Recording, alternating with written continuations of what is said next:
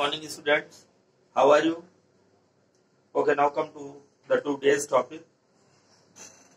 तो आज का टॉपिक आपका इलेक्ट्रिक फ्लक्स। जिस तरीके से मैग्नेट में हम लोग पढ़ते हैं मैग्नेटिक फ्लक्स, सिंबल फाई होता है। मैग्नेटिक फील्ड की इंटेंसिटी चलेगी, उसको बी से रिप्रेजेंट करते हैं, तो फाई के साथ में वहां बी लगा सकते हैं।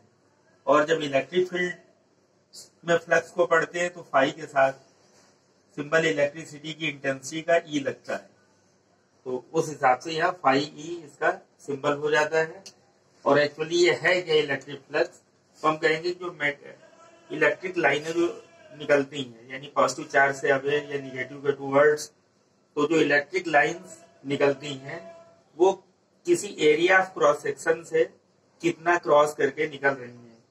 जैसे कि मान लीजिए कि हमने कोई अगर एक कॉइल ली, तो इसको क्रॉस करके कितनी इलेक्ट्रिक लाइनें या कितनी ऐसे मैग्नेटिक लाइनें निकल रही होती हैं, वो जितनी भी उस एरिया ऑफ क्रॉस सेक्शन से निकल रही होती हैं इलेक्ट्रिक लाइनें या मैग्नेटिक लाइनें, वही डिनोट कराती हैं फ्लक्स को। अगर मैग्नेट में पढ़ते हैं तो मैग्नेटिक फ्लक्स कहलाएगा, और इलेक्ट्रिक में पढ़ते हैं तो इलेक्ट्रिक फ्लक्स कहलाता है। Okay, now come to the definition. The number of electric field lines passing through any surface denotes electric flux, यानी किसी सरफेस से कितना number of electric field lines pass हो रही हैं वो इस चीज को डिनोट कराएगा, जिसे हम इलेक्ट्रिक फ्लक्स कहेंगे।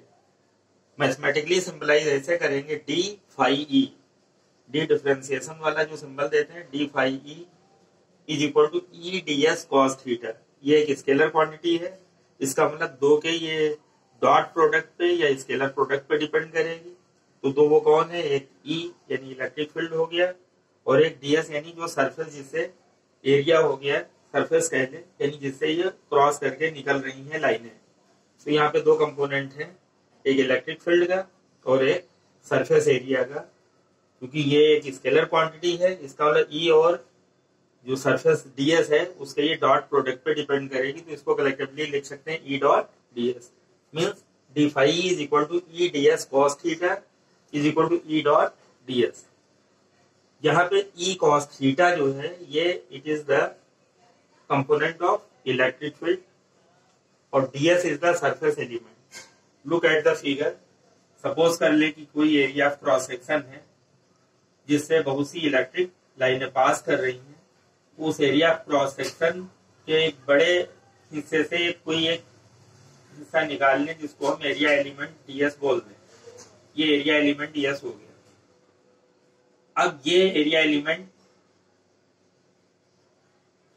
और इलेक्ट्रिक फील्ड, सपोज करें कि अगर कुछ इनके बीच में एंगल है, सपोज दैट थीटा है, तो इसका वो कंपोनेंट चाहिए जो इलेक्ट्रिक फील्ड और डीएस एक ही डायरेक्शन में ले आए। जैसे वर्क को कैलकुलेट करने में हम लोग करते थे कि फोर्स का वो कंपोनेंट जो डिस्प्लेसमेंट की डायरेक्शन में है, ठीक उसी तरीके से इलेक्ट्रिक फील्ड का वो कंपोनेंट जो डीएस की डायरेक्शन में हो, यानी इन दोनों को एक पास ले तो ई का कंपोनेंट जो हॉरिजॉन्टल वाला ले लेंगे वो ई कॉस थीटा हो जाएगा, यानी E cos theta electric field का कंपोनेंट और डीएस ये कलेक्टिवली मिला के ई डॉट डीएस बनाएगा। Also total electric flux to the surface.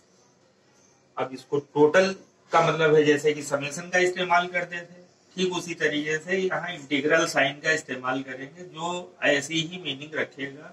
Means to collecting something, to summing something, यानी किसी चीज को कलेक्ट करके इकट्ठा करके दिखाने के लिए ये इस तरीके का सिंबल यूज करेंगे। इसको इंटीग्रल साइन बोला जाएगा। Integral, not integration, it is integral sign means summing, collecting something. तो therefore total electric flux through the surface is, अब डी फाई कोई एक पर्टिकुलर हिस्से का था। अब टोटल इलेक्ट्रिक फ्लक्स अगर देखना चाह रहे तो इंटीग्रल उस पे डी फाई पे दे दें, और सरफेस के लिए है तो इस पे सिंबलाइज कर दे तो ई डी एस कॉस थीटा यही चलेगा, और यहाँ पे सरफेस के लिए सिंबलाइज कर दिया।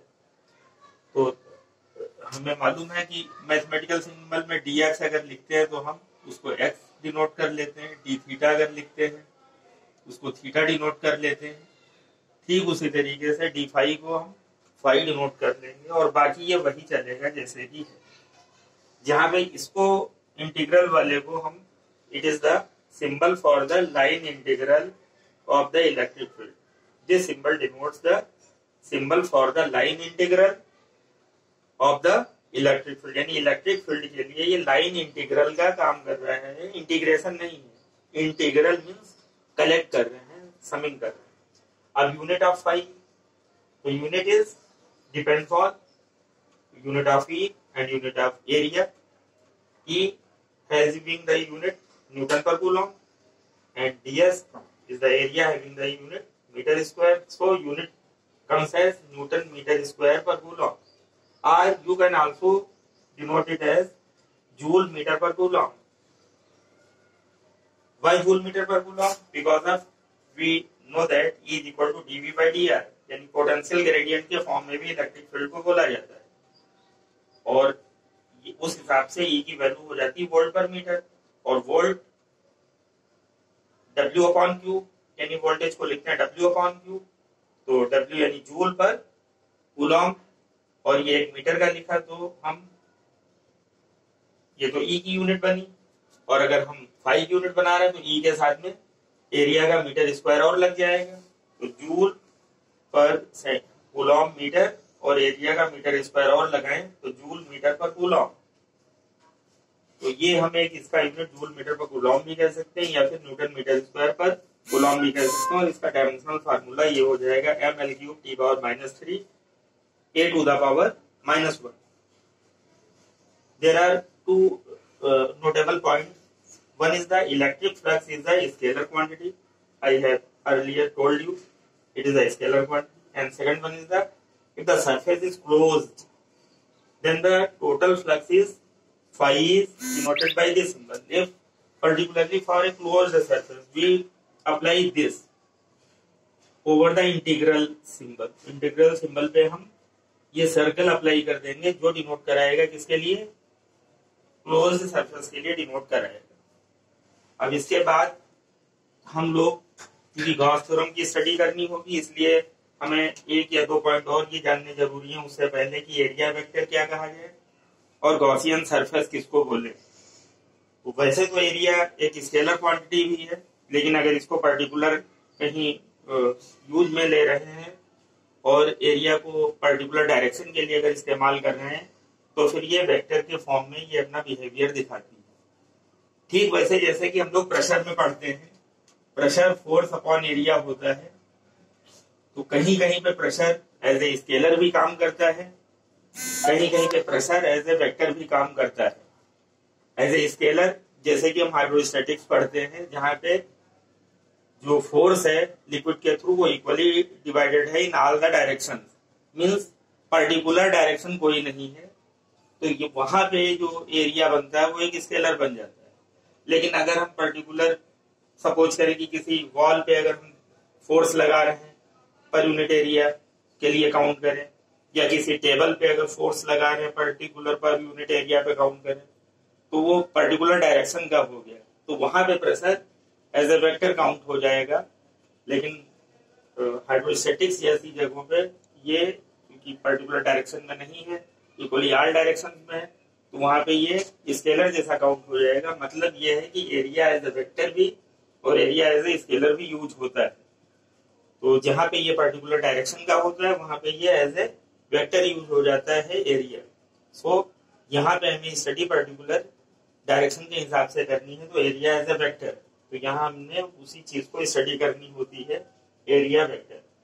तो डीएस एरो या फिर एरिया को अगर ऐसे बोलो तो डीए पे एरो दे सकते हैं। डिफाइन करेंगे कि area can be considered as vector in electrostatics if it is given some particular direction, so we can imagine it like a vector. Okay, if S is the surface area, or you may can define as capital A is the surface area and ds is the area element, then a vector ds perpendicular to the surface is called area vector.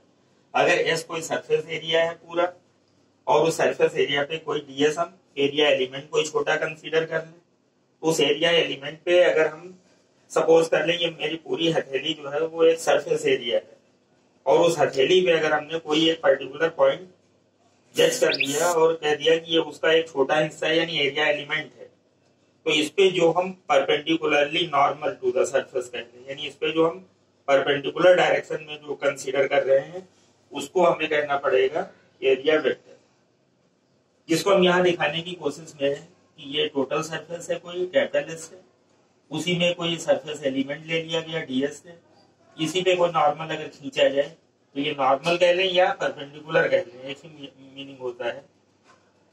तो normal जो इस पे खींचा गया ये area vector को denote कराएगा, और चूंकि डायरेक्शन को रिप्रेजेंट कराने के लिए यूनिट वेक्टर की जरूरत पड़ती है तो इसी के अलॉन्ग में एनकैप मान लिया जाएगा जो एक यूनिट वेक्टर होगा।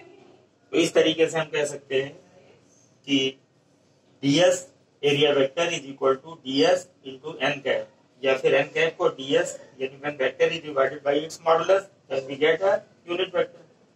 सो this is the concept of area vector, means किसी एरिया एलिमेंट के परपेंडिकुलरली जो वेक्टर कंसीडर किया जाएगा वो एरिया वेक्टर कहलाएगा। और एक पॉइंट आता है आपको गॉसियन सरफेस से रिलेटेड पॉइंट होना चाहिए। गॉसियन सरफेस, गॉसियन सरफेस, क्योंकि गॉस थ्योरम को पढ़ना है इसलिए इस पॉइंट को भी क्लियर होना चाहिए कि वो सरफेस जो किसी चार्ज को अपने अंदर इंक्लोज कराती है उसको गॉसियन सरफेस कहते हैं। Suppose that this is the point charge plus Q, और अगर ये किसी इमेजिनरी सरफेस के अंदर पड़ रहा है, यानी इस चार्ज को इंक्लोज करते हुए अगर कोई एक इमेजिनरी सरफेस खींची गई है तो ऐसी इमेजिनरी सरफेस जो काल्पनिक सरफेस होगी उसको नाम दिया जाएगा गॉसियन सरफेस।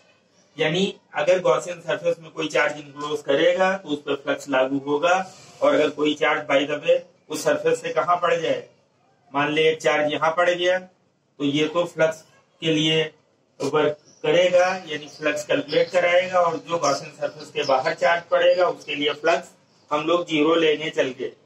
तो इसलिए गॉसियन सरफेस का कंसेप्ट लेना जरूरी हो जाता है कि अगर कोई चार्ज उस सरफेस में इंक्लोज करता है तो उसके लिए फ्लक्स काउंट होता है, और अगर कोई चार्ज उस सरफेस के बाहर पड़ता है तो उसके लिए जो है फ्लक्स काउंट नहीं होता है। तो इस तरीके से गॉसियन सरफेस को हम लोग डिफाइन कर लेते हैं।